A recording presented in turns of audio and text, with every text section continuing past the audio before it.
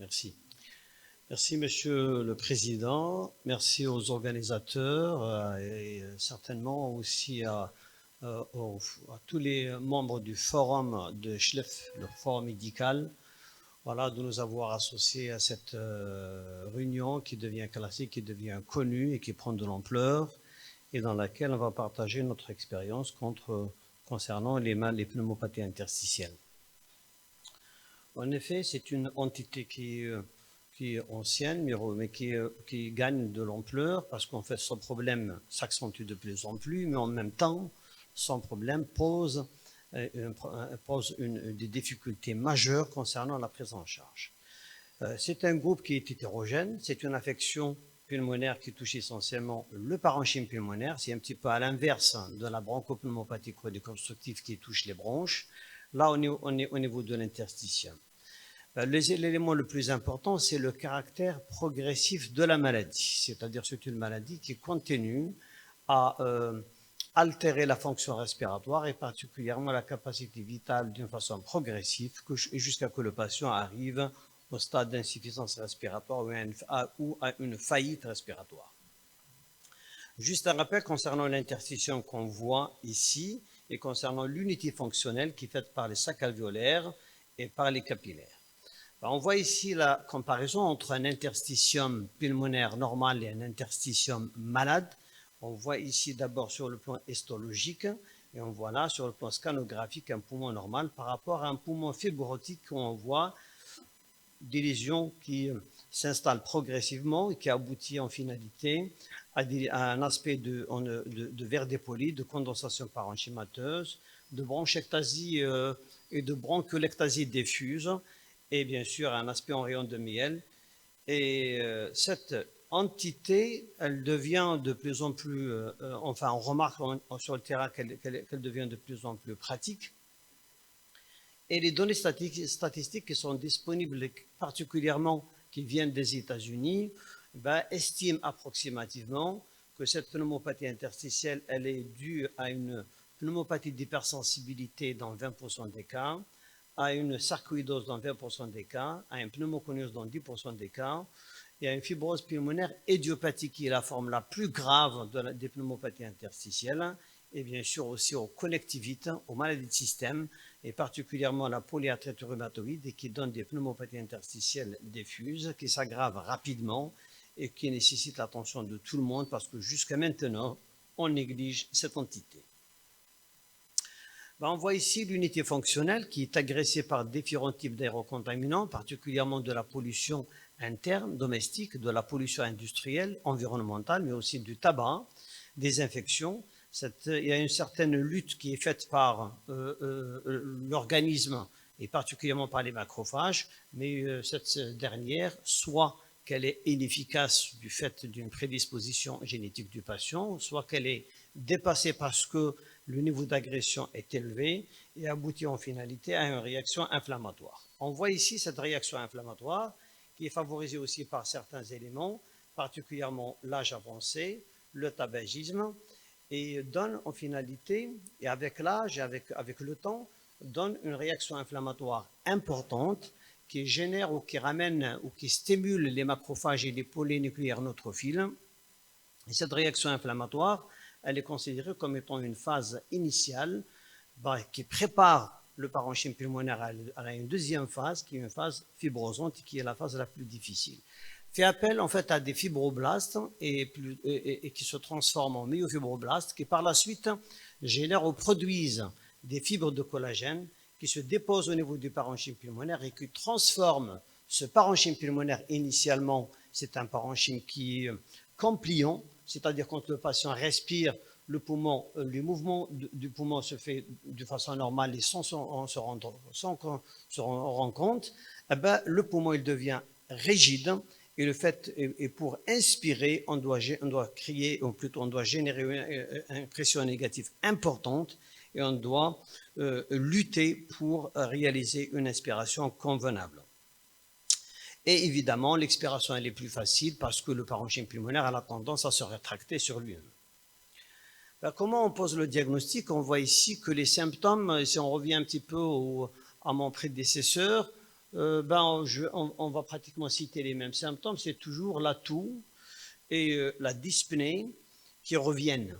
Et du coup, ce sont des patients souvent qui sont masqués au sein d'un ensemble de patients respiratoires, c'est-à-dire des patients asthmatiques et des patients BPCO. Et c'est une situation qui nous perd en général beaucoup de temps et en réalité, ça nous perd des années. C'est des années où ces patients sont considérés soit comme asthmatiques, soit comme des patients BPCO. Alors, si on jette un coup d'œil et on fait un téléthorax, on va trouver qu'il y a des râles crépitants velcro. Et à la radiographie, on va trouver une pneumopathie interstitielle qui nécessite une exploration, une attitude totalement différente. À un stade avancé, on trouve un hypocratisme digital. On peut trouver aussi des signes d'insuffisance respiratoire, des signes d'insuffisance cardiaque droite. Mais il est important, et évidemment, je m'adresse aux médecins généralistes qui est en fait le pivot de la santé où il est appelé à regarder le corps en entier, pas comme en fait les spécialistes d'organes où chacun regarde un organe particulier. Ben là, on trouve avec la pneumopathie interstitielle souvent des signes généraux qui orientent vers une pathologie particulière. Ces signes généraux, soit un phénomène de Raynaud, soit des arthralgies, des myalgies, des lésions cutanées à la faveur d'une dermatomyosite ou dermatopolymyosite, ou plutôt une xérophthalmie. Tous ces données permettent d'orienter vers une maladie donnée qui peut être à l'origine de ces pneumopathies interstitielles. On remarque bien aussi que la liste des données, ou plutôt des étiologies, elle est très prolongée et la cause médicamenteuse, elle n'est pas aussi à écarter et on doit la vérifier et la chercher systématiquement du moment que souvent on est devant des patients au-delà de 50 ans. Souvent, ce sont des patients qui sont polytarés, sous traitement, diabétiques, hypertendus et donc on doit vérifier les médicaments que le patient prend. On doit les vérifier sur ce site qui est mentionné ici, le site Pneumotox Online, et qui permet de montrer est-ce que ce médicament-là, il peut générer une pneumopathie interstitielle ou non. D'abord, comment il génère cette dernière? Par une réaction inflammatoire à type d'hypersensibilité, qu'on appelait auparavant l'alvéolite allergique extrinsèque, ou actuellement la pneumopathie d'hypersensibilité. Il y a des antibiotiques qui peuvent donner ça, mais ce qui est plus connu, c'est l'amiodarone, certaines chimiothérapies, particulièrement la bléomycine et le méthotrexate, et la radiothérapie. En fait, le méthotrexate, en réalité, uniquement dans les formes aiguës, mais dans les formes chroniques, ça a prouvé qu'il ne donne pas de PID.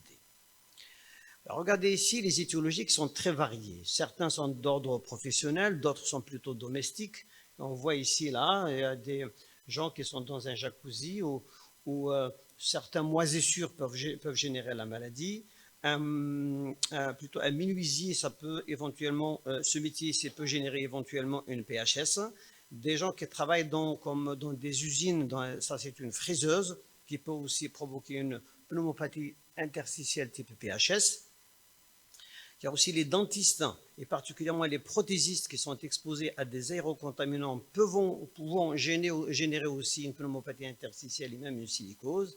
Et aussi, on a la maladie des éleveurs d'oiseaux qui donne une pneumopathie d'hypersensibilité qui peut parfois être grave, même fatale. Donc en fait, sont divisés en des causes organiques et des causes inorganiques. Il est important qu'une fois qu'on suspecte une pneumopathie interstitielle, on doit pratiquer un examen clé. L'examen clé, c'est un scanner thoracique, mais pas n'importe quel scanner, et bien sûr aussi pas chez n'importe quel radiologue, parce que c'est une maladie tout à fait, ou plutôt complètement particulière. Un scanner de haute résolution, avec certaines positions en décubitus, fin d'inspiration profonde, décubitus avec expiration volumique ou séquentielle, et procubitus avec fin d'inspiration, et bien sûr un scanner qui a l'habitude de prendre en charge et de diagnostiquer ces pneumopathies interstitielles. Avec un scanner ordinaire, on peut passer à côté, et même si on pose le diagnostic, on peut éventuellement ne pas préciser exactement quel type de pneumopathie interstitielle, et le scanner joue un rôle important, on va voir ça à la fin. Alors, regardez ici, ça c'est une image de PHS, de pneumopathie d'hypersensibilité. On voit des zones, on appelle ça un aspect de triple densité. Il y a des zones qui sont normaux, il y a des zones qui sont hyper claires, il y a des zones qui sont inverdépolies ou plutôt hyper denses. C'est un aspect où c'est une atténuation en mosaïque qui est tout à fait compatible avec l'exposition à des micro-organismes qui génèrent d'abord une réaction à l'échelle bronchiolaire, ce qui transforme certains bronchioles ou diminue plutôt la perméabilité de certains bronchioles, responsable de l'obstruction de certains bronchioles et plutôt d'un piégeage d'air par endroits. On voit ici une PHS fibrosante. Si cette PHS où le patient n'est pas soustrait rapidement de cette exposition, ça va générer une fibrose pulmonaire, on la voit ici. C'est une fibrose qui donne carrément des zones de rétraction, des bronchiectasies. Et bien sûr, à ce stade-là, le patient, en général, il est nettement symptomatique. Et là, je tiens à préciser qu'on doit faire la différence entre un patient qui est actif et un patient sédentaire. Malheureusement, un patient sédentaire qui habite au rez-de-chaussée, qui n'a pas d'activité, souvent, et détecte sa maladie tardivement, parce qu'en fait, en réalité, il ne sollicite pas suffisamment ses poumons et du coup, il n'évalue pas sa fonction respiratoire. Quelqu'un qui habite au 4e ou 5e étage, qui a l'habitude de monter facilement, il va sentir que sa fonction respiratoire ne répond plus suffisamment et du coup, il va consulter rapidement. On voit aussi des images ici, par exemple, de silicose, des opacités micronodulaires, des condensations parenchymateuses, parfois des images carrément, des images pseudotumorales, des calcifications ganglionnaires. Ben ça, on le voit essentiellement chez les sujets qui travaillent dans la sidérurgie, ou plutôt ceux qui travaillent comme tailleurs de pierre. Alors l'exploration, en plus de l'examen scanographique et l'examen biologique qui est capital, certains examens sont nécessaires pour étayer le diagnostic. Bien sûr, une formule de numération sanguine, un bilan rénal, et un bilan rénal essentiellement une protéinurie pour chercher s'il n'y a pas est-ce que l'atteinte est pulmonaire ou plutôt générale et le rein est associé. Le dosage de l'enzyme de conversion éventuellement utile si on suspecte une sarcoïdose, aussi une hypercalcémie, hypercalciurie à rechercher. Une intradermoréaction à la tuberculine ou l'énergie tuberculinique dans la sarcoïdose doit être recherchée, mais il est capital, ou plutôt il est systématique de demander un bilan immunologique qui comprend les FAN ou les facteurs antinucléaires, et parfois on est appelé à préciser des FAN avec recherche spécifique de certains anticorps tels que les anti-SSA, anti-SSB, parce que parfois en général, les immunologistes, ils font un screening, ils font les FAN, ils trouvent FAN négatifs, eh bien, ils ne poursuivent pas l'exploration. Alors quand si on suspecte, par exemple, un syndrome sec, on doit compléter par la recherche des anti-SSA, anti-SSB. Aussi, dans les myosites, parfois aussi, les FAN négatifs, mais si on continue à chercher, on demande dans d'autres myosites, les PL7, PL12, on peut les trouver positifs, et tels que les MDA5 peuvent générer une maladie extrêmement grave et ça peut mettre en jeu le pronostic vital rapidement. Il y a aussi les facteurs hématoïdes, les anti-CCP, mais aussi les ANCA dans la recherche de vascularites. Souvent, ce sont des ANCA de type MPO qu'on trouve dans les pneumopathies interstitielles au cours des vascularites avec une hémorragie intra-alvéolaire, mais qui n'est pas détectable cliniquement. Bien sûr, c'est au terme de toute cette exploration. Parfois, on arrive à asseoir un diagnostic, parfois non. Si dans ce cas, si on a un diagnostic précis, on va passer à une évaluation et un traitement. Si ce n'est pas le cas, évidemment, on peut éventuellement faire recours, mais rarement, à un biopsie pulmonaire pour étayer le diagnostic. Cet ensemble ou ces décisions que vous voyez, ce sont des décisions difficiles. On ne les prend pas seuls.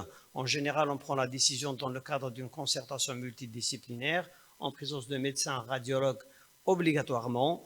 Et bien sûr, dans beaucoup de cas, on fait appel aussi aux médecins internistes, rhumatologues, parfois aussi des immunologistes. Et au terme de cette réunion, on va décider, est-ce qu'on a un diagnostic précis? Est-ce que la cause, elle est plutôt idiopathique ou plutôt on peut, dans certaines situations, retenir un diagnostic de travail qui nous permet d'entamer un traitement, mais dans ce cas, on n'est pas dans la certitude, on doit évaluer rapidement avec un rythme plus accéléré. Une fois que le diagnostic est posé, il est important de faire une évaluation fonctionnelle. Le but d'abord de voir l'état actuel, mais aussi comment on va suivre notre patient. Des examens complémentaires qu'on pratique, d'abord une spirométrie. Simple, essentiellement, on va rechercher une réduction de la capacité vitale et à quel pourcentage. Là, c'est l'inverse de la BPCO. Ce n'est pas le ratio qui diminue, c'est la capacité vitale. C'est un trouble ventilatoire restrictif. C'est pour ça qu'on trouve que la courbe elle diminue d'une façon harmonieuse.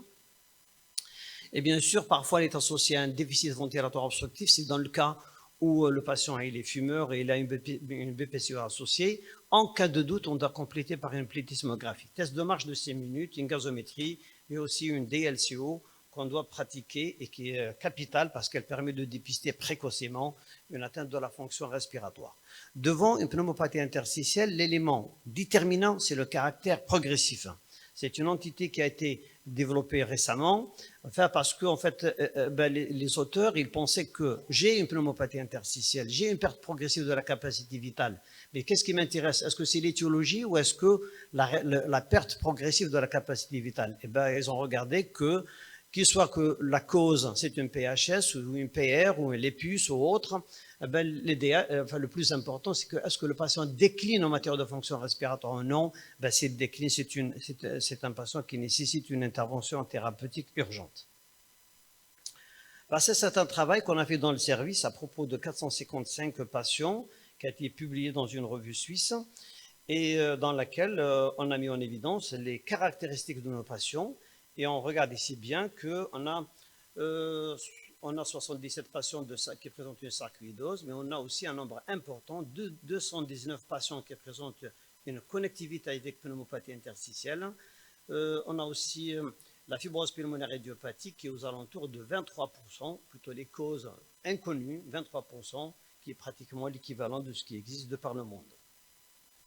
Je vais encore survoler un peu, à la demande de notre ami Dr Dehaba, la sarcoïdose, qui est une granulomatose et qui est incluse dans les pneumopathies interstitielles. C'est une maladie granulomateuse multisystémique d'origine inconnue, avec aucun test qui permet le diagnostic. Donc c'est un faisceau d'arguments qui permet de poser le diagnostic. Une fois qu'il est suspecté, on doit pratiquer certains examens pour pouvoir éventuellement s'approcher du diagnostic étiologique. D'abord, la cause, en général, c'est une exposition hypothétique à certains aérocontaminants qui peuvent éventuellement générer une réaction granulomateuse grâce à la mobilisation de l'immunité innée, de l'immunité adaptative et la formation d'un granulome qui est fait essentiellement de macrophages, de cellules épithéloïdes, de cellules géantes. On voit ici que la sarcoïdose passe par des stades. Déjà, j'imagine bien que vous vous rappelez en étant étudiant qu'on préfère parler de type parce que le passage d'un type à un autre n'est pas systématique. Type 1, la sarcoïdose est marquée par la présence d'adénopathies à projection hilaire qui sont symétriques, ce sont des opacités hilaires bilatérales, symétriques, avec une limite externe qui est nette, qui est bilobée ou polylobée, avec une adénopathie qu'on voit ici paratrachiale. Ça, c'est l'aspect typique d'une sarcoïdose de type 1. Type 2, on a l'apparition au niveau de l'interstitium pulmonaire, soit d'un verre dépoli, mais souvent des réticulations, des réticulomicronodulations. Et le type 3, c'est plutôt les réticulomicronodulations qui s'accentuent et que ce lymphome-là, ou plutôt l'atteinte ganglionnaire, qui régresse. Et le dernier stade, c'est le stade 4. Là, on remarque qu'il y a des lésions de fibrose qui commencent à s'installer, manifestées par des signes de rétraction, par des opacités réticulaires, avec des signes de rétraction, tiraillement du médiastin de part et d'autre, mais aussi pincement des espaces intercostaux, mais surtout, c'est une rétraction qui concerne les deux lobes supérieurs. Et j'imagine bien que parfois, ça vous arrive de demander une radiographie thoracique chez un patient, vous trouvez des opacités rétractiles biapicales, vous posez la question à votre patient, vous étiez tuberculeux, vous avez fait une tuberculose, et il vous répond non, jamais, je n'ai jamais fait ça. Une des explications, c'est la sarcoïdose au stade 4 qui peut passer inaperçue aussi. Si on fait un scanner, on va trouver aussi des adénopathies comme on le voit ici. On voit ici des opacités nodulaires qui ont la particularité d'être périlymphatiques, donnant un aspect spécifique aux caractéristiques. Et on a aussi des images qu'on appelle en galaxie, avec des opacités et à des limites radiaires. À un stade avancé, la sarcoïdose peut donner carrément des lésions très étendues qu'on voit ici, avec des bronchectasies et des broncholectasies qui ressemblent tout à fait à une fibrose, mais la prédominance, ou plutôt l'atteinte principale, concerne les deux apex. Certains sarcoïdoses, ou plutôt de forme avancée, un stade avancé, peut se compliquer par une infection, particulièrement une infection mycosique, telle qu'une aspergillose pulmonaire. Et on voit ici un aspergillome, regardez bien, vous voyez une masse. Là, c'est le truffe aspergillaire au sein d'une cavité secondaire à une sarcoïdose. Ben souvent, ça en passe à côté parce que le tableau n'est pas du tout typique, et l'image en gros lot n'est pas typique, parce que s'inscrit au sein d'un magma de lésions et de zones de destruction parenchymateuse. Donc le diagnostic qu'on peut éventuellement l'appeler de certitude, mais réellement ce n'est pas un diagnostic de certitude, c'est un diagnostic qui permet de renforcer notre diagnostic. La biopsie d'un organe donné, on peut faire une biopsie étagée au niveau des bronches, on peut faire aussi des biopsies des glandes salivaires. Voilà, et certains examens complémentaires extrathoraciques seront nécessaires parce que la sarcoïdose, rappelez-vous bien, on a défini comme étant une granulomatose multisystémique. L'atteinte cardiaque est grave et donc un ECG est nécessaire. Un examen ophtalmologique, neurologique aussi parfois, si le patient il a des signes dans ce sens. Le diagnostic en effet pour les formes sévères et les multidisciplinaires et nécessite une prise en charge avec concertation des différents spécialistes. Je vais dire juste un mot pour attirer votre attention concernant la sarcoïdose cardiaque qui peut générer une insuffisance cardiaque et que le patient est traité éventuellement pour une cardiomyopathie, on ne sait pas pourquoi. Alors l'épidémiologie n'est pas rare, elle touche jusqu'à 25% des patients atteints de sarcoïdose systémique. Le risque essentiel, c'est l'arythmie, l'insuffisance cardiaque, mais aussi le risque de mort subite. Le diagnostic devant une suspicion clinique, on doit suspecter d'abord devant un bloc auriculo-ventriculaire, devant une cardiomyopathie inexpliquée. Une IRM peut éventuellement, ou un PET scan peut éventuellement nous aider à localiser les zones de l'inflammation, et la prise en charge, évidemment, nécessite un traitement d'urgence, un traitement intense, essentiellement basé sur les corticoïdes plus ou moins associés aux immunosuppresseurs.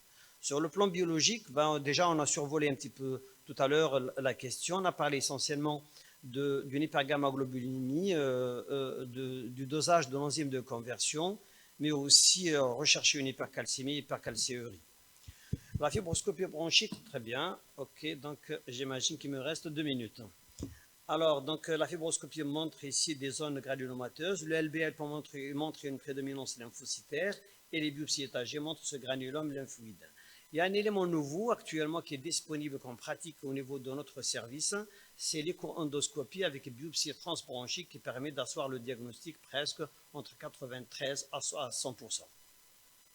Le syndrome classique est le syndrome de Herford qui associe une paralysie faciale parotidite avec une uvéite antérieure et c'est une sarcoïdose dans sa forme sévère et dans ce cas il nécessite un traitement par rapport au syndrome classique de Lofgren qui associe juste des arthralgies avec des adénopathies hilaires, une fièvre et une allergie tuberculinique dans cette situation et parfois bien sûr un érythème noueux. Dans ce cas, on peut éventuellement se contenter d'un traitement à base d'AINES. Alors, le principe du traitement, quels sont les patients en fait qu'on doit traiter quand il y a une atteinte de la fonction respiratoire, quand il y a une atteinte ophtalmologique, cardiaque, atteinte du système nerveux central, mais aussi les principes thérapeutiques, c'est que d'abord on doit commencer par une corticothérapie de première ligne. Deuxième ligne, si le patient ne répond pas, on doit associer ou plutôt on donne uniquement un traitement immunosuppresseur à base d'azatioprine, méthotrexate ou mycophénolate et la biothérapie aussi, telle que rituximab, anti-TNF-alpha. C'est la dernière plaque. C'est un travail, auparavant c'était presque un tabou, c'est un travail qui a été publié dans le New England Journal of Medicine où ils ont publié des patients traités par méthotrexate et d'autres patients traités par une corticothérapie. En fait, ils ont trouvé que la corticothérapie agit plus rapidement, mais à 24 semaines, les résultats sont pratiquement similaires. Et du coup, on peut éventuellement, dans certaines situations, privilégier un traitement à base de méthotrexate qui peut éventuellement nous aider à faire de réduire l'usage de la corticothérapie. Merci de votre attention.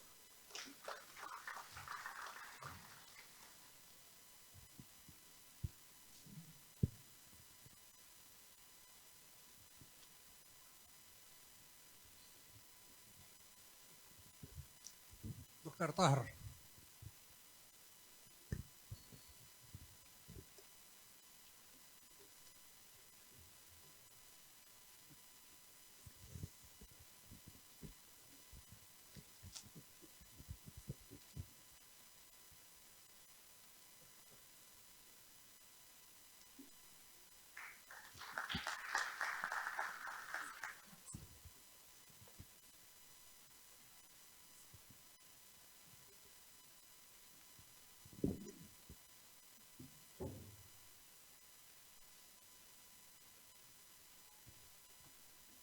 Nous invitons le professeur Zerwan Mohamed pour nous parler des pneumopathies bactériennes.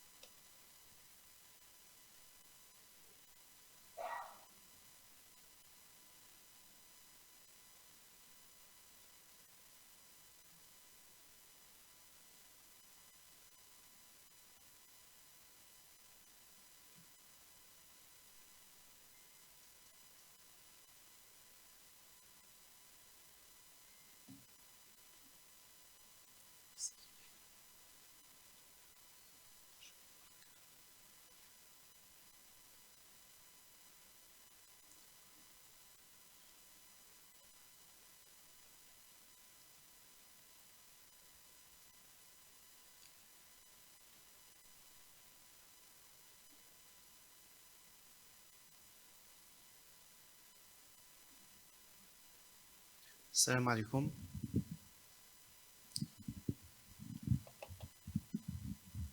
Chers collègues et amis, je suis très honoré d'être ici parmi vous, dans ma ville natale, Chlef, que je n'ai pas revue depuis 50 ans.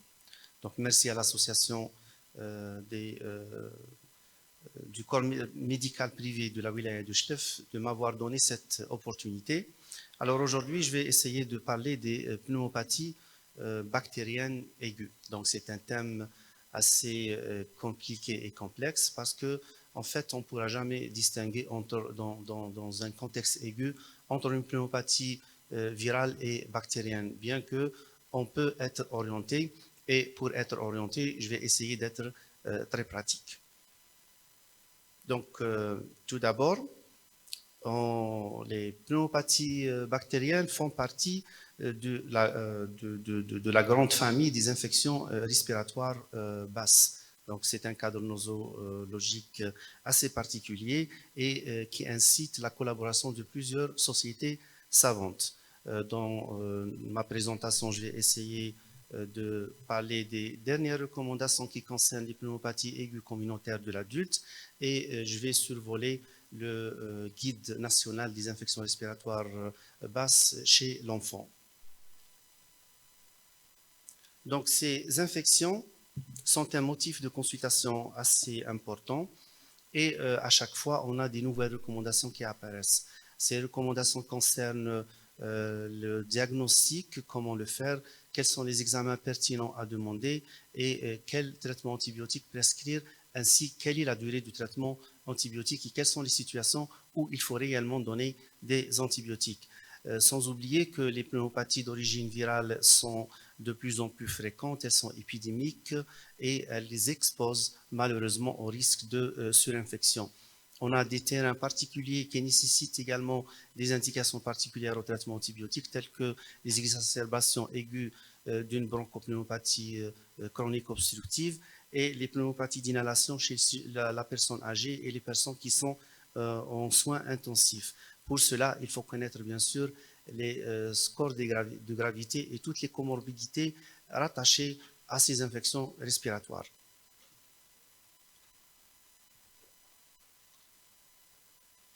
Tout d'abord, sous le terme d'infection respiratoire basse, on distingue les bronchites qui sont les plus fréquentes.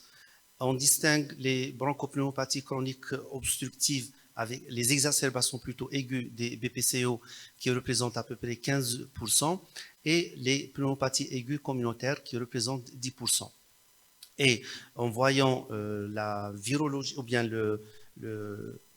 l'aspect microbiologique de ces infections, on voit que les bronchites sont plutôt d'origine virale, que les bronchiolites sont purement virales, et parmi les pneumopathies aiguës communautaires, on a les causes virales et les causes bactériennes. Et malheureusement, on peut dire que ces pathologies incitent à la prescription des antibiotiques dans plus de 95% des cas. Or, on est censé, si on veut dire que uniquement les pneumopathies aiguës communautaires et les exacerbations aiguës des BPCO peuvent nécessiter un traitement antibiotique, et ils ne représentent que 25% parmi toutes ces pathologies. Donc, il y a un problème de surprescription de traitements antibiotiques. Une pneumopathie aiguë communautaire est définie par une infection d'évolution aiguë acquise en milieu, donc en ambulatoire, donc chez soi, ou bien avant les 48 premières heures suivant une admission, ou bien après 14 jours d'une admission à l'hôpital.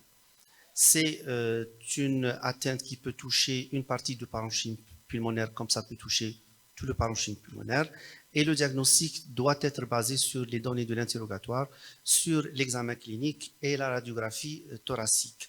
Elles sont potentiellement graves et le pronostic est souvent lié au terrain. C'est un problème de santé publique, tout le monde le sait, bien qu'on ne déclare pas toutes les infections, toutes les pneumopathies aiguës communautaires. Il y a un certain nombre de pneumopathies qui sont déclarées, le reste non. Donc, on n'a pas un système de notification, malheureusement, en Algérie. C'est un motif de prescription d'antibiotiques, et c'est un motif, la première cause infectieuse d'hospitalisation en réanimation et la première cause de mortalité par pathologie infectieuse. Les causes bactériennes doivent être toujours privilégiées par rapport aux causes virales, et du coup, le concept d'antibiothérapie probabiliste est de mise. En 2025, on a un nouveau concept qui concerne la définition d'une pneumonie grave. Donc, devant toute pneumopathie diagnostiquée, il faut toujours rechercher ces éléments qui vont classer cette pneumopathie en étant une pneumopathie grave, parce que la conduite va changer. Si on a des signes en faveur d'une pneumopathie grave, il faut hospitaliser d'emblée en unité de soins intensifs. Si la pneumopathie n'est pas grave, on peut la traiter en ambulatoire ou même en hospitalier, mais le pronostic va être meilleur. Quels sont ces critères? On a deux critères majeurs et d'autres critères mineurs, et il faut avoir un seul critère majeur pour la classer comme étant une pneumopathie aiguë grave, et au moins 3 critères mineurs pour la classer comme étant une pneumonie grave. Les germes en cause sont représentés par des bactéries, par des virus et par on va dire, des champignons. Alors, les bactéries doivent être toujours priorisées, surtout quand on est devant un tableau aigu. Les virus sont plus fréquents, mais ils peuvent faire le lit d'une surinfection bactérienne.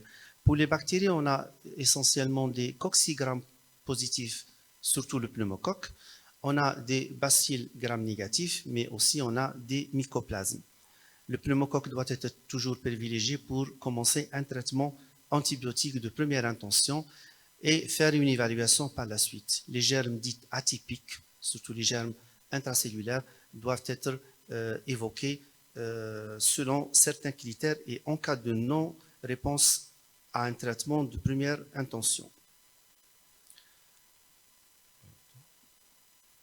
Sur le plan, disons, bactériologique, on peut dire que les 2 tiers des pneumonies sont dues à 3 germes essentiels, le pneumocoque, Mycoplasma pneumoniae et Legionella pneumophila. Et pour avoir une infection bactérienne de poumon, il faut franchir les défenses immunitaires qui peuvent être des défenses mécaniques, représentées essentiellement par la filtration de l'air inspiré au niveau des voies aériennes supérieures, l'escalador mucocillaire, mais également les défenses immunitaires humorales et cellulaires. Donc, ce n'est pas tout le monde qui va pouvoir être infecté. Si on a une infection des voies respiratoires supérieures par un virus, alors ces défenses primaires vont être compromises et à ce moment-là, une bactérie aura l'occasion de passer vers le parenchyme pulmonaire et provoquer une pneumonie. De même que si une personne a un déficit immunitaire, qu'il soit inné ou acquis, elle risque également de faire des infections pulmonaires. Ces notions basiques nous obligent à chaque fois à chercher un terrain devant toute pneumonie et appliquer ce qu'on appelle les scores de gravité. On distingue en fait 3 types de pneumonie. Une pneumonie alvéolaire dite typique, où le début est brutal, il y a une progression de l'infection par contiguïté à partir des espaces aériens distaux, et l'exemple type c'est la pneumonie franche lobaire aiguë, la PFLA. On a des pneumonies interstitielles ou réticulo-interstitielles qui sont dites atypiques, et là le début est souvent progressif et on a l'association de signes extrapulmonaires.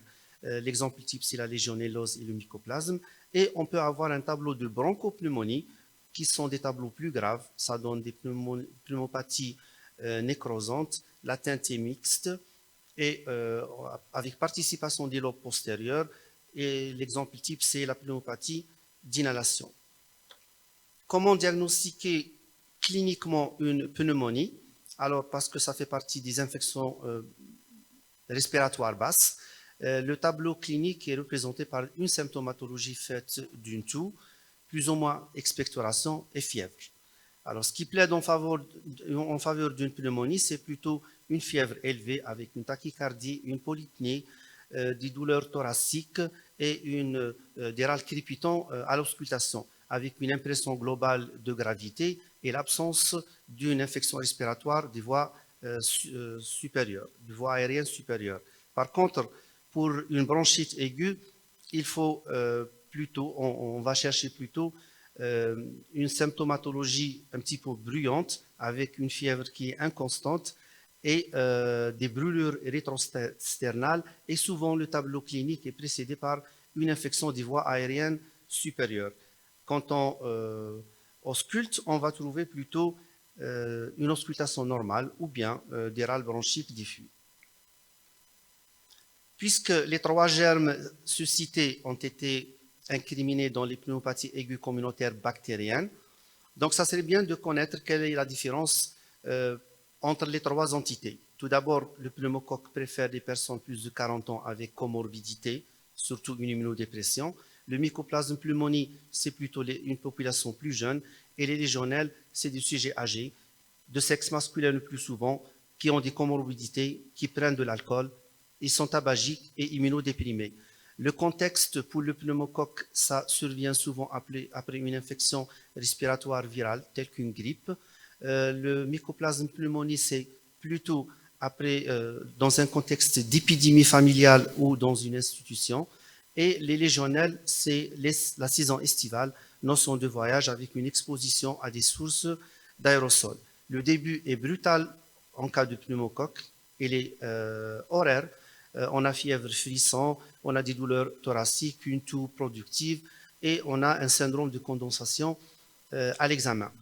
Pour le mycoplasme pneumonie, c'est plutôt une toux qui traîne, donc c'est un tableau de bronchite qui va être associé à une fièvre non élevée avec des signes ORL, donc des douleurs, des otalgies, une odynophagie et des signes extradigestifs cutanéo-muqueux, ça peut être également neurologique type céphalée.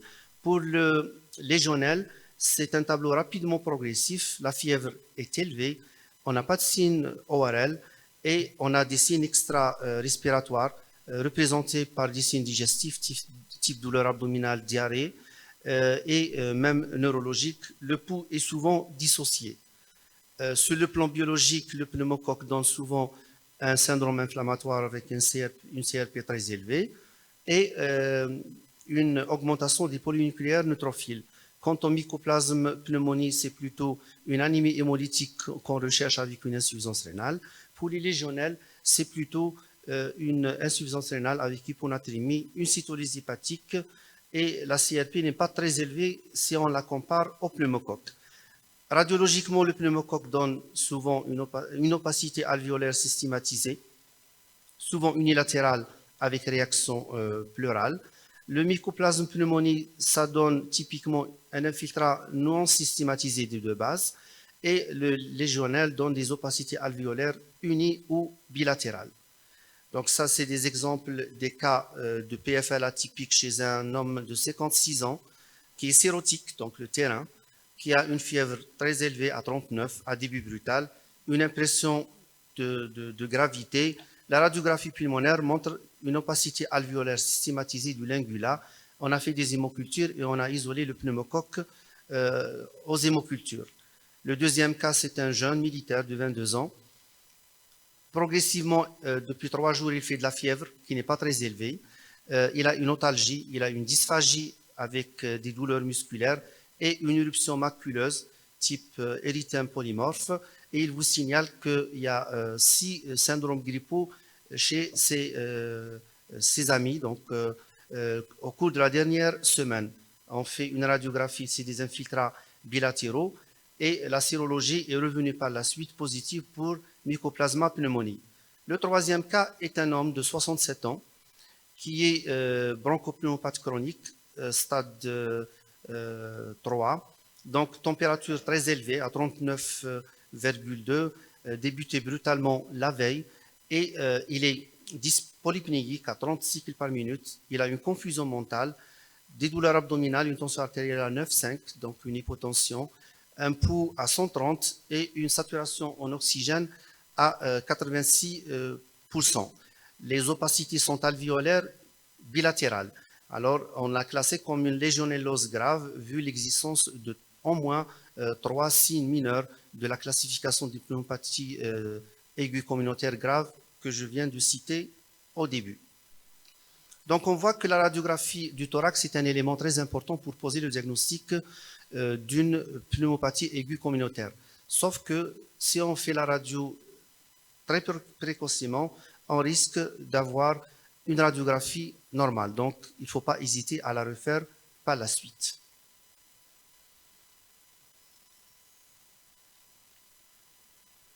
Donc, quels sont les examens à visée diagnostique à demander en cas de pneumonie aiguë communautaire? En 2025, on vous dit que c'est la radiographie pulmonaire, mais on a rajouté l'échographie pleuropulmonaire qui reste un examen plus maniable que la radiographie pulmonaire. Quand est-ce que je demande le scanner? Le scanner, je le demande quand il y a un doute au diagnostic. Est-ce que je dois demander beaucoup d'examens paracliniques? Alors, on vous dit que la CRP et la procalcitonine ne sont pas des examens à demander, ni pour le diagnostic, ni pour le suivi thérapeutique. Est-ce que je demande une antigénurie légionnelle ou à pneumocoque? Oui, on peut les demander dans les pneumopathies aiguës communautaires non graves, mais uniquement pour les légionnelles, et c'est à l'estimation du médecin. Par contre, pour les pneumopathies aiguës communautaires graves, il faut les demander tous les deux. Est-ce que je dois réaliser un prélèvement respiratoire à visée bactériologique? Dans la majorité des cas, uniquement pour les pneumopathies qui ont nécessité une hospitalisation et selon le cas. Et il faut avoir un bon prélèvement pour réaliser une étude bactériologique qui pourra vous donner une certitude diagnostique parce qu'on sait que l'arbre respiratoire n'est pas très stérile pour pouvoir en juger par rapport à un germe isolé. Alors, quand est-ce qu'il faut utiliser des tests de PCR devant une pneumopathie aiguë communautaire? Alors, on vous dit que le panel respiratoire supérieur n'est pas nécessaire. Il est nécessaire quand on suspecte que l'origine était virale. Donc, je peux faire une PCR pour le SARS-CoV-2, pour la grippe, par exemple. Par contre, pour le panel bas, donc il n'est pas souvent nécessaire de réaliser des PCR, sauf si vous avez des prélèvements de haute qualité. Quelles sont les comorbidités à considérer pour décider une antibiothérapie de première intention devant une pneumopathie aiguë communautaire? Alors là, c'est évident que les comorbidités ont été bien définies. On a 11 comorbidités et on vous dit qu'une seule comorbidité, suffit de modifier le choix de l'amoxicilline comme étant la première molécule à donner devant une pneumopathie aiguë communautaire. Mais également, l'âge qui était considéré comme un élément important, actuellement, non. L'âge seul, sans comorbidité, n'est pas un argument pour décider l'antibiothérapie. Et l'asthme également n'est pas une pathologie ou bien une comorbidité qui pourra modifier le choix du traitement antibiotique. On a toujours évalué la gravité selon des scores qui sont connus, le score FINE, qui est très performant. Vous avez le score, le CURB 65, on a le score CRB 65 également, et nous avons le score ATS de l'American Thoracic Society. Tous ces scores restent quand même de mise, mais devant une pneumopathie aiguë communautaire, c'est la définition d'une pneumonie grave qui prime actuellement. Devant une pneumopathie, il faut toujours rechercher est-ce qu'on a des signes de gravité. Si vous avez des signes de gravité, le patient doit être hospitalisé en unité de soins intensifs. Si vous n'avez pas de signes de gravité, vous pouvez traiter le patient en ambulatoire ou en hospitalier, selon ce qu'on va voir maintenant. Donc, comment traiter et suivre une pneumopathie aiguë communautaire? Tout d'abord, on cherche les signes de gravité ou une situation particulière. Si vous les avez, il faut hospitaliser le patient. Maintenant, vous n'avez pas des signes de gravité, il faut rechercher les facteurs de risque de mortalité. Et on se réfère à ce moment-là à l'âge. Une personne qui a plus de 65 ans, sans facteur de risque, je peux le traiter en ambulatoire. Une personne qui a plus de 65 ans avec au moins un facteur de risque, on recommande l'hospitalisation. Maintenant, si vous avez une personne qui a moins de 65 ans, qui n'a pas de facteur de risque ou qui a un seul facteur de risque, vous pouvez traiter en ambulatoire. Si cette personne a deux facteurs de risque ou plus, alors l'hospitalisation est de mise. Qu'est-ce qu'on doit mettre? Le traitement de première intention en cas d'absence de comorbidité, c'est l'amoxicilline. La pristinamycine est une alternative. Si vous avez au moins une comorbidité, si vous suspectez que c'est une pneumopathie liée à une surinfection après une grippe, alors c'est l'augmentin qui doit être utilisé en première intention, et les céphalosporines de troisième génération sont une alternative. Maintenant, si on évoque un germe atypique, c'est les macrolides, et l'alternative, c'est la pristinamycine ou la doxycycline. On vous dit que la levofloxacine doit être évitée au maximum, et il faut toujours faire une réévaluation à 72 heures.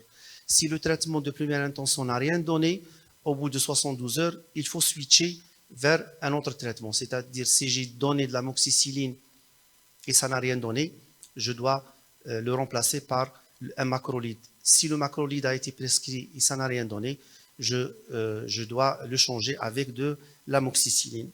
Pour les pneumopathies sans signe de gravité en hospitalisation, c'est pratiquement la même chose, sauf que pour l'alternative, il n'y a pas de pristinamycine. Et la réévaluation au bout de 72 heures également est de mise.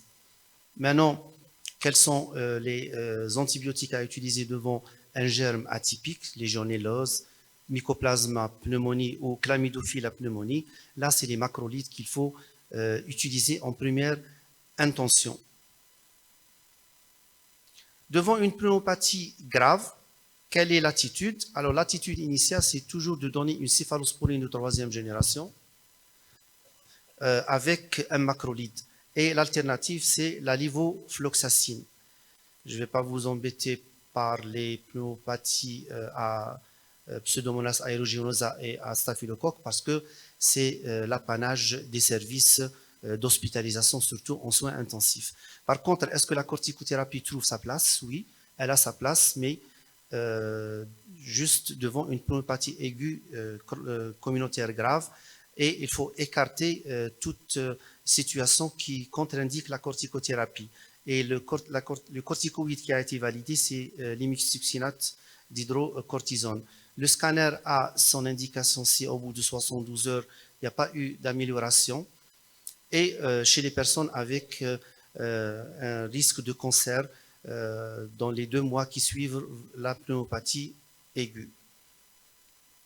Alors, c'est juste pour survoler le guide national de prise en charge des infections respiratoires aiguës de l'enfant. Donc, j'ai le format PDF chez moi et je vais le partager avec vos collègues. C'est intéressant de connaître que même chez l'enfant, il y a des recommandations à suivre et que le traitement antibiotique n'est pas systématique. Donc, devant une pneumopathie aiguë de l'enfant, également, on commence de la même façon que chez l'adulte. Et la durée du traitement diffère. Alors, chez l'adulte, la durée du traitement, elle est de 3 à 5 jours selon des critères de bonne réponse au traitement antibiotique. Alors, cette réduction de durée de traitement des antibiotiques fait partie d'une stratégie mondiale pour justement lutter contre la résistance microbienne et il s'est avéré que prolonger la durée du traitement est toujours à risque d'acquérir des résistances.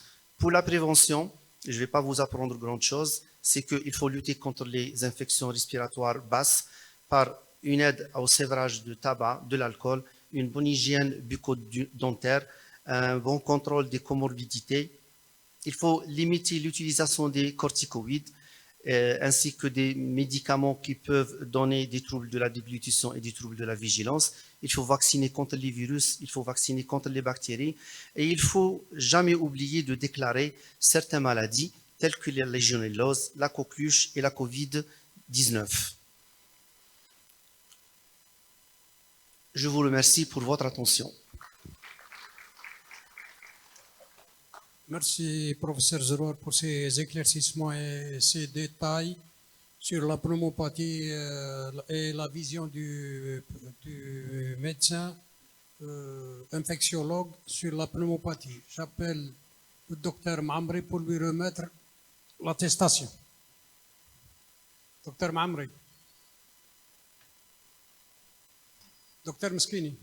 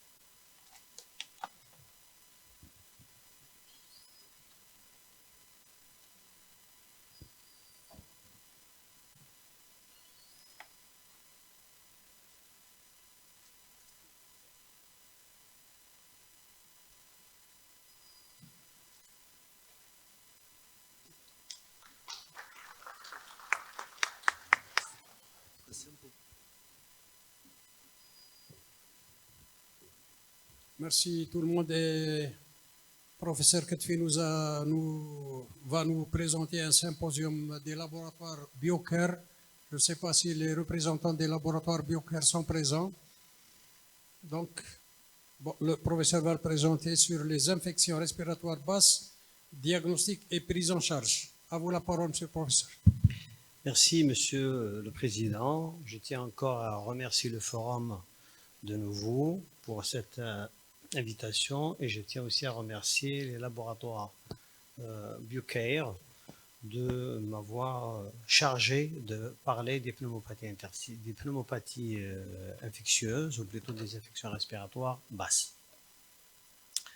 Alors en fait, vous allez remarquer qu'il y a pas mal de chevauchements, il y a des choses qui se répètent, mais en tous les cas, ce sont des choses que je vais survoler. Et je vais essayer d'insister sur des éléments plutôt spécifiques. Alors, il est important de rappeler que les infections basses forment un groupe hétérogène, bronchite aiguë, exacerbation de BPCO, qui comporte BPCO et dilatation de bronches d'origine infectieuse, et des PAC ou des pneumopathies aiguës communautaires. Ces pneumopathies, on peut les qualifier de plusieurs. Ah, ça passe pas?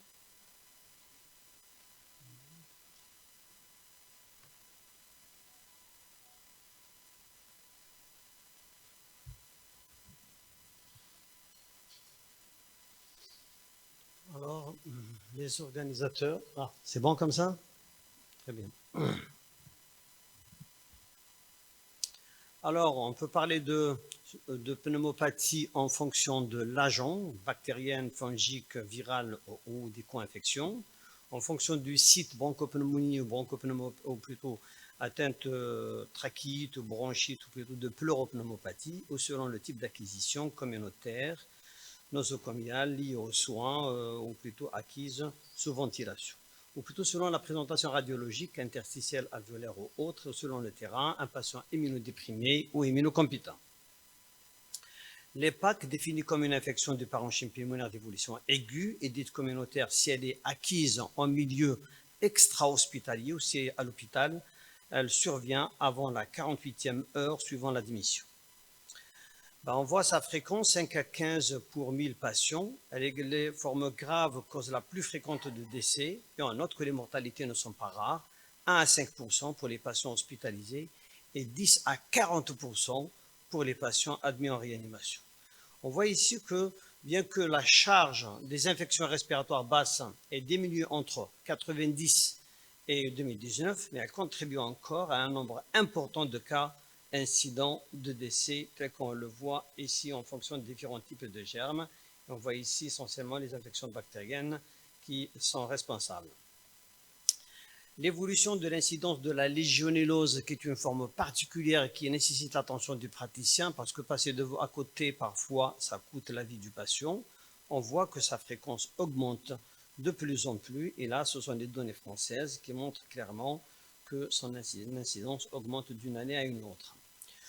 Je vais rappeler rapidement, notre ami professeur Zeroual, il a parlé des moyens de défense, effectivement, qui sont suscités par des micro-organismes une fois qu'ils arrivent au niveau des alvéoles, qui va susciter une réaction inflammatoire, ce qui est responsable de la production de sérosité, de comblement alvéolaire, et que ces alvéoles comblent, plutôt ces sérosités passent d'une alvéole à une autre, ce qui génère une opacité. Cette opacité prend une limite floue jusqu'à qu'elle atteigne une césure où ça donne le caractère systématisé qu'on voit typiquement dans les pneumonies alvéolaires. Si on va chercher ici quelles sont les catégories de patients qui présentent des PAC, on a des patients qui sont immunocompétents et on a des patients qui sont immunocompromis. Les patients qui sont immunocompétents, les facteurs sont essentiellement l'âge, l'alcoolisme, le tabac, mais aussi surtout les infections, surtout les comorbidités, particulièrement l'insuffisance cardiaque, ou plutôt les maladies cardiaques chroniques, rénales, hépatiques, mais aussi respiratoires, neurologiques ou métaboliques. Alors que les sujets qui sont immunocompromis, c'est essentiellement les patients qui présentent des maladies auto-immunes sous immunosuppresseurs, les cancéreux sous traitement, sous chimiothérapie éventuellement, ou plutôt les patients qui présentent une immunosuppression, ou les patients qui présentent une asplénie, ou un déficit immunitaire, ou un VIH positif, plutôt VIH maladie.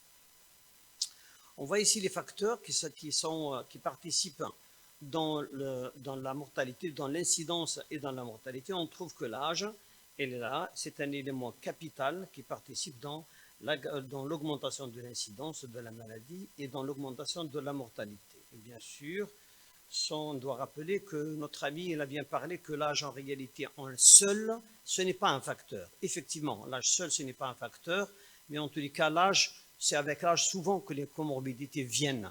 Et du coup, en réalité, ce sont les comorbidités liées à l'âge qui participent dans l'augmentation, dans l'incidence et dans l'augmentation de la mortalité. Souvent, c'est une complication qui fait suite à une infection virale et on voit des surinfections bactériennes, plus de 80% dans les séries autopsiques. D'autres aussi infections opportunistes, on peut les voir, et particulièrement les infections mycosiques et essentiellement l'aspergillose.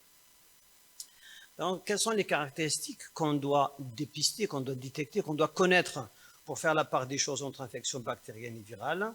Je pense que ça a été déjà abordé, juste pour rappeler que l'infection virale, il y a moins de fièvre, avec un début qui est progressif.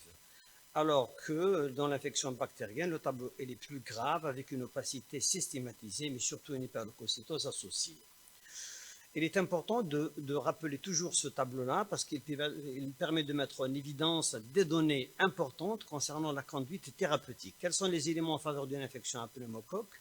On a d'abord l'âge au-delà de 40 ans, le début brutal, et le début brutal, c'est un début horaire. C'est-à-dire quand vous posez la question au patient, vos symptômes, ils ont commencé quand? Ils vont vous dire que à 4 heures du soir, ou plutôt à 2 heures du matin, j'ai senti qu'il y a de la fièvre, et j'ai senti aussi un point de côté latéral. Là, c'est un élément capital, et surtout en faveur d'une infection à pneumocoque. Alors que les infections à Legionella, c'est une situation à risque particulière, notion de voyage, d'exposition à de l'eau, ou plutôt les gens quelqu'un qui est exposé à une climatisation variable, ou quelqu'un qui est allé qui a pris des bains dans des hammams, où la caractéristique principale, c'est le caractère rapidement progressif, mais surtout l'existence de signes extra-respiratoires, des signes neurologiques.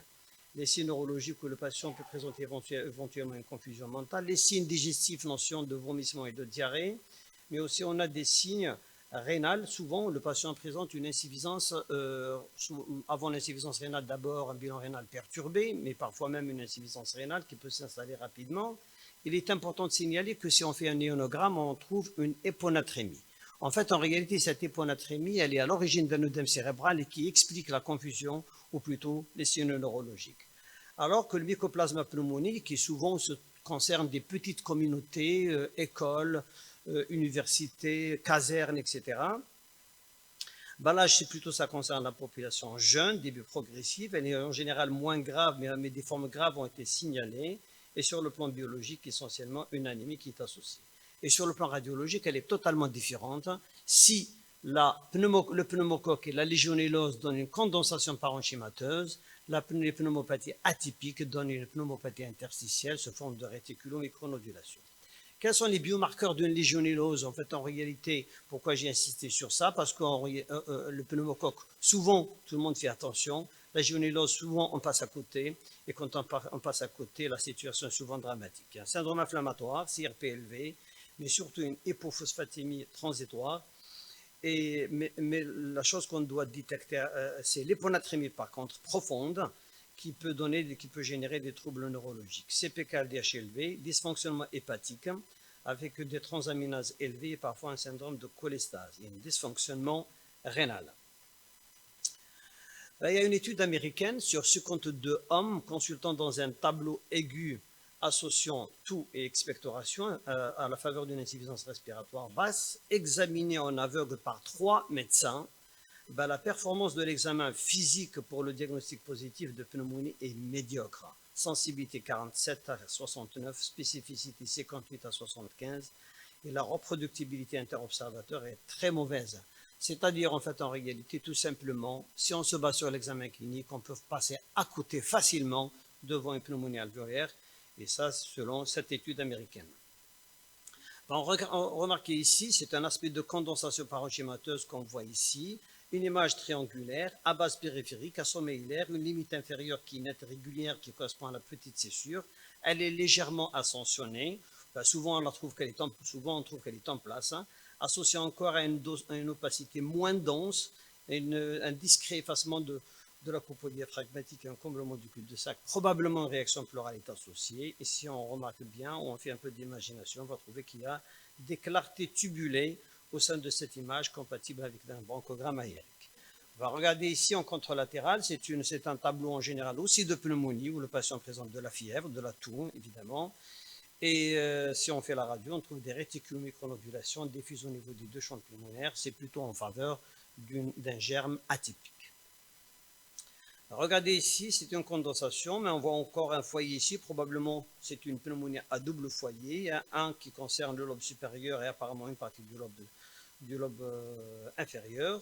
Et si on fait un scanner qui n'est pas nécessaire, regardez bien, on voit très bien le bronchogramme aérique, on voit ces clartés tubulées qui se divisent en Y vers la périphérie, et ça témoigne nettement qu'on est devant un comblement alvéolaire typique. Notre ami tout à l'heure, il a montré aussi cette image de légionellose. Et regardez bien que l'image en réalité ne diffère pas grand-chose par rapport à une pneumonie à pneumocoque. On voit une condensation aussi triangulaire, la même chose, avec une limite céssurale qui est nette. Et on voit ici une autre opacité qui est basale.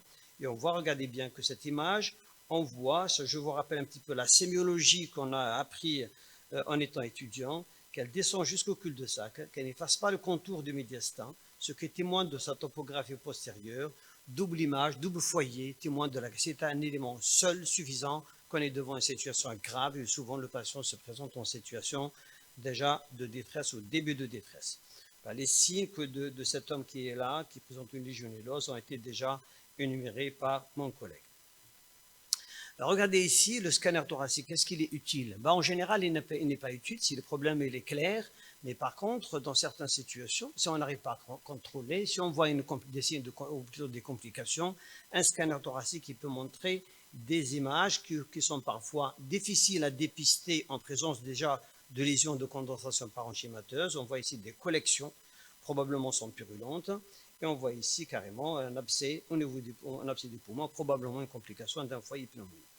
L'échographie thoracique prend de l'ampleur, prend vraiment de l'ampleur. Beaucoup de médecins la pratiquent actuellement en pratique courante, qui montre, particulièrement en matière de pneumonie, des images typiques de pneumonie, permet de poser le diagnostic, permet d'assurer le suivi, permet d'éviter les radiations, d'éviter de pratiquer des radiographies, des téléthorax, encore loin un scanner, et aussi permet de faire un bon suivi. Et c'est un examen anodin et facile, et que tout le monde peut apprendre facilement en une journée à 2 jours, et peut éventuellement développer ses capacités à pratiquer ça et régulièrement. Dans des images typiques qui montrent un bronchogramme aérien, un bronchogramme liquidien, qu'on voit ici sous forme d'opacité, ou plutôt de zone blanche. Alors, le scanner thoracique, regardez ici l'échographie qui montre un aspect typique de pneumonie, mais on voit ici le scanner thoracique low dose, à faible dose. La différence c'est quoi? Low dose c'est l'équivalent de 3 téléthorax. Le scanner normal c'est l'équivalent de 120 téléthorax. Et du coup un scanner low dose il peut éventuellement être nécessaire, il peut être utile plutôt, pas nécessaire, utile dans certaines situations et particulièrement si on n'arrive pas à expliquer la situation, car on sait très bien aussi que l'échographie, s'il y a une interposition de l'air, ne peut pas aller au-delà et du coup le scanner parfois il peut montrer des complications. Est-ce que le scanner thoracique ou l'échographie permet de nous aider à identifier ou suspecter un germe particulier? Ça, c'est un travail qui a été montré. Regardez ici, des pneumonies secondaires à Legionella pneumophila, à influenza A ou à Staphylococcus. En réalité, l'image scanographique ainsi que l'échographie ne sont pas aptes de déterminer ou plutôt de plaider en faveur d'un germe ou d'un autre. Ça permet d'orienter, d'accord, et essentiellement pour les pneumopathies interstitielles, mais au-delà, ce n'est pas possible de pouvoir poser un diagnostic précis sur ces éléments. Et du coup, parfois, on a besoin de faire des prélèvements bactériologiques, bien sûr, pas chez tous les patients, comme ça a été déjà précisé, éventuellement, certainement uniquement dans les formes graves, on doit pratiquer, graves ou relativement graves, ou des sujets tarés, on doit pratiquer des prélèvements. La PCR multiplex actuellement prend de l'ampleur, beaucoup d'hôpitaux dotés et d'autres qui vont se doter d'une façon progressive, et vous allez voir que la PCR multiplex va devenir rapidement un examen de choix, car il permet de faire tout un panel de virus et de germes, il permet de nous aider énormément à identifier le type de germe responsable. Ça a été déjà précisé aussi par professeur Zerwell qui a montré les critères de gravité. Moi, je ne vais pas parler du reste, mais là, c'est uniquement les critères majeurs. Signes de choc septique, détresse respiratoire, recours à la ventilation mécanique. Ce sont plutôt des détresses respiratoires nécessitant le recours à la ventilation mécanique, ce sont les critères majeurs. D'autres, les critères mineurs, vous le voyez ici, essentiellement la fréquence respiratoire, la confusion mentale, la leucopénie, la thrombopénie et l'hypothermie qui sont des signes de gravité. L'impact sur la survie, est-ce que la pneumonie impacte la survie d'un patient? Remarquez bien que les patients, les sujets qui font des pneumonies ou des pneumonies à répétition, c'est des gens qui décèdent plus précocement. Ça, c'est une étude qui a été faite sur 29 000 patients. Ils ont trouvé que les patients qui font des pneumonies sont sujettes à une survie qui est réduite par rapport, et on voit que les deux courbes se démarquent l'une par rapport à l'autre. Alors, l'antibiothérapie, il est important de préciser certaines règles. Elle est d'abord probabiliste. C'est que on doit penser à un germe, on évoque un germe typiques, atypiques. On doit évoquer pneumocoque, on doit évoquer Legionella pneumophila et on traite. Donc le médecin en pratique, il n'a pas besoin dans l'immédiat d'un traitement, plutôt d'un diagnostic précis ou d'un pathogène particulier. Tout de suite, il peut commencer un traitement. Pas seulement tout de suite, mais dans les 4 heures. C'est que le traitement antibiotique doit être instauré dès le diagnostic est porté. Idéalement dans les 4 heures. Son efficacité doit être évaluée dans les 48-72 heures. La voie orale doit être privilégiée. En tout état de cause, Streptococcus pneumoniae doit être pris en compte du fait de la fréquence et la gravité de l'infection à pneumocoque. Il est important de chercher les comorbidités. Ça détermine ou ça impacte plutôt le pronostic. La notion d'hospitalisation auparavant dans les 3 mois précédents. Ça permet de juger quel antibiotique on doit donner. Quelqu'un qui a été hospitalisé, qui a reçu un traitement, évidemment, on doit prendre ça en considération. Antibiothérapie aussi, l'éthylisme, les troubles de la déglutition, les notions de néoplasie, immunodépression, BPCO, insuffisance cardiaque, hépatique, mais aussi l'insuffisance rénale. Alors, quel est le choix de l'antibiothérapie? Le choix de l'antibiothérapie, le choix n'est pas difficile, il faut voir un algorithme simple à appliquer pour une infection, plutôt une pneumonie aiguë communautaire typique, c'est-à-dire en dehors des germes atypiques. En général, on commence par de l'amoxicilline. Ça, c'est pour des pneumonies non graves. Alors, pour les formes avec comorbidité, ou des formes avec comorbidité, une ou plus de comorbidité, l'idéal, c'est de commencer par un traitement qui est associé amoxicilline, acide clavulanique. L'alternative reste les céphalosporines de 3e génération. Si on suspecte un germe atypique ou on suspecte une légionellose, on donne des macrolides. L'alternative, c'est la lévofloxacine. Remarquez ici, c'est que si on suspecte légionellose, on donne macrolide, c'est forme grave ou contre-indication au macrolide, la lévofloxacine. Donc en fait, en réalité, pour la lévofloxacine, plutôt pour la légionellose, la lévo, ce n'est pas une alternative uniquement. C'est dans les formes graves, on doit commencer avec un quinolone. Avec un quinolone, parce qu'en fait, en général, les macrolides, parfois, ils ne sont pas suffisamment efficaces dans les formes graves, et du coup, on a besoin d'un traitement qui agit d'une façon rapide et efficace. Pour les mycoplasmas et la chlamydia pneumonie, les macrolides en général, et parfois les séclines, peuvent donner de très bons résultats. La durée du traitement a été réduite. Est-ce que vous serez d'accord ou non? Mais en tous les cas, les consensus internationaux, tout le monde sont d'accord que le traitement doit être de 3 jours, si stabilité clinique à G3. 5 jours, si stabilité obtenue entre G3 et G5 d'antibiothérapie probabiliste. Amoxicilline reste la référence, bien sûr, et amoxicilline acide clavulanique, évidemment, s'il y a une comorbidité.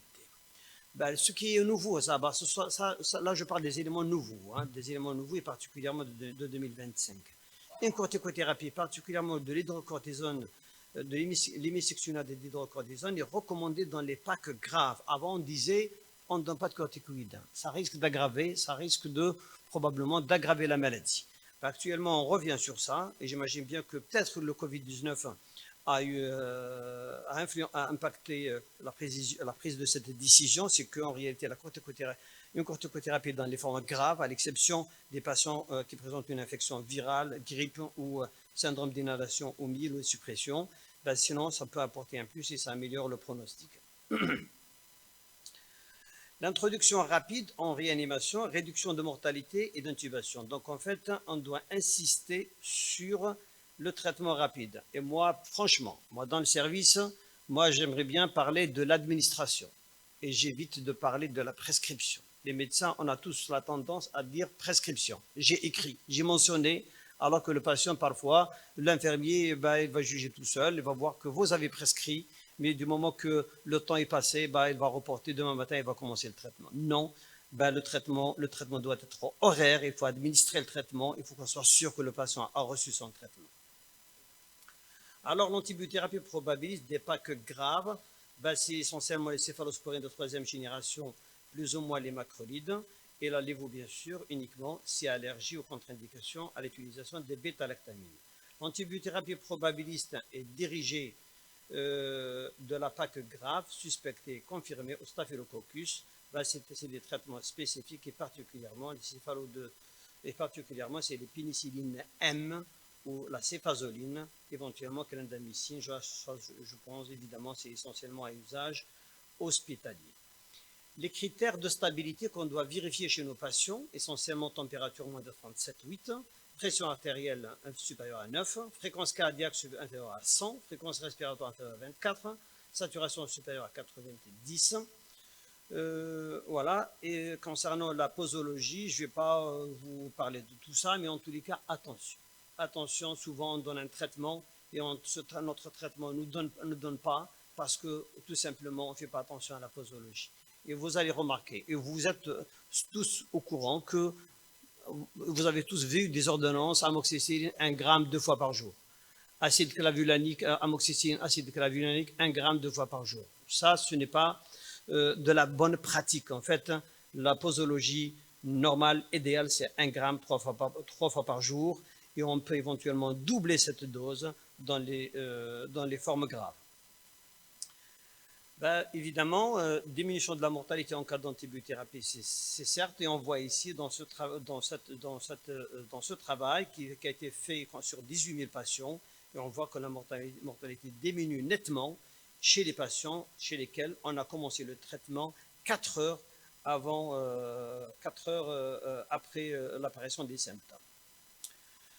Alors, vous regardez ici, il y a plusieurs recommandations qui ont été apportées. L'ITSA, ATS, et après en 2007 la même chose. Ça a été repris en 2006 et en 2011. Et tout le monde insiste sur le début précoce du traitement. Dites à votre malade que vas-y, prends votre traitement maintenant, pas le lendemain. Je vais survoler rapidement, du moment que je parle d'IRB, les exacerbations de la bronchopneumopathie chronique obstructive, qui est un événement aigu, caractérisé par une aggravation des symptômes respiratoires, notamment la toux, l'expectoration et la dyspnée, au-delà des variations quotidiennes, c'est-à-dire un patient bronchopathe chronique, souvent il tousse, il crache, mais là c'est plus que d'habitude, conduisant à des modifications thérapeutiques, soit une simple augmentation des bronchodilatateurs, ou plutôt soit l'ajout d'un traitement supplémentaire. Notion d'exacerbateur fréquent, c'est au-delà de deux exacerbations par année, ou notion d'hospitalisation. Les infections virales et bactériennes semblent représenter le principal facteur de ces exacerbations. Les infections virales semblent plus longues que les exacerbations de d'autres étiologies. Les infections bactériennes responsables principalement sont l'hémophilus influenzae, le streptococcus pneumoniae, l'ammorax et la catarrhalis. Le pseudomonas aeruginosa, surtout chez les patients les plus sévères. Et là, ils vont parmi vos patients, ceux qui viennent vous voir régulièrement, chez lesquels vous donnez régulièrement des antibiotiques, méfiez-vous d'une infection à Pseudomonas aeruginosa. Très bien. Alors, je termine avec la dernière plaque. Merci de me rappeler. Donc, le traitement des exacerbations aiguës des bronchopneumopathies chroniques obstructives, bien sûr, on n'est pas obligé de donner devant chaque exacerbation une antibiothérapie. J'ai un patient qui tousse, mais il n'y a pas d'expectoration purulente, on n'a pas besoin.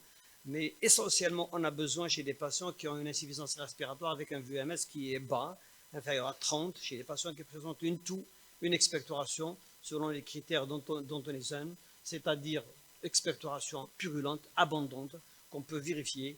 Chez ces patients-là, l'idéal, c'est de prescrire une antibiothérapie à base d'amoxicilline acide clavulanique, en général parce que ce sont souvent des patients qui font des infections à répétition et probablement des sélections de germes résistants est là. Bien sûr, il y a des alternatives, ceftriaxone, céfotaxime et la lévofloxacine.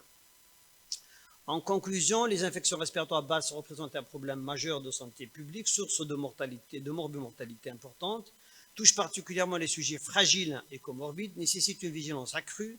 Le diagnostic doit être précoce, combinant clinique, imagerie et outils modernes comme la PCR multiplex. La prise en charge repose sur l'évaluation de la sévérité et l'antibiothérapie adaptée, selon les recommandations, et la prévention incluant vaccination, sévrage tabagique, une approche intégrée associant diagnostic rapide, traitement raisonné et prévention, est la clé pour réduire leur impact. Merci de votre attention.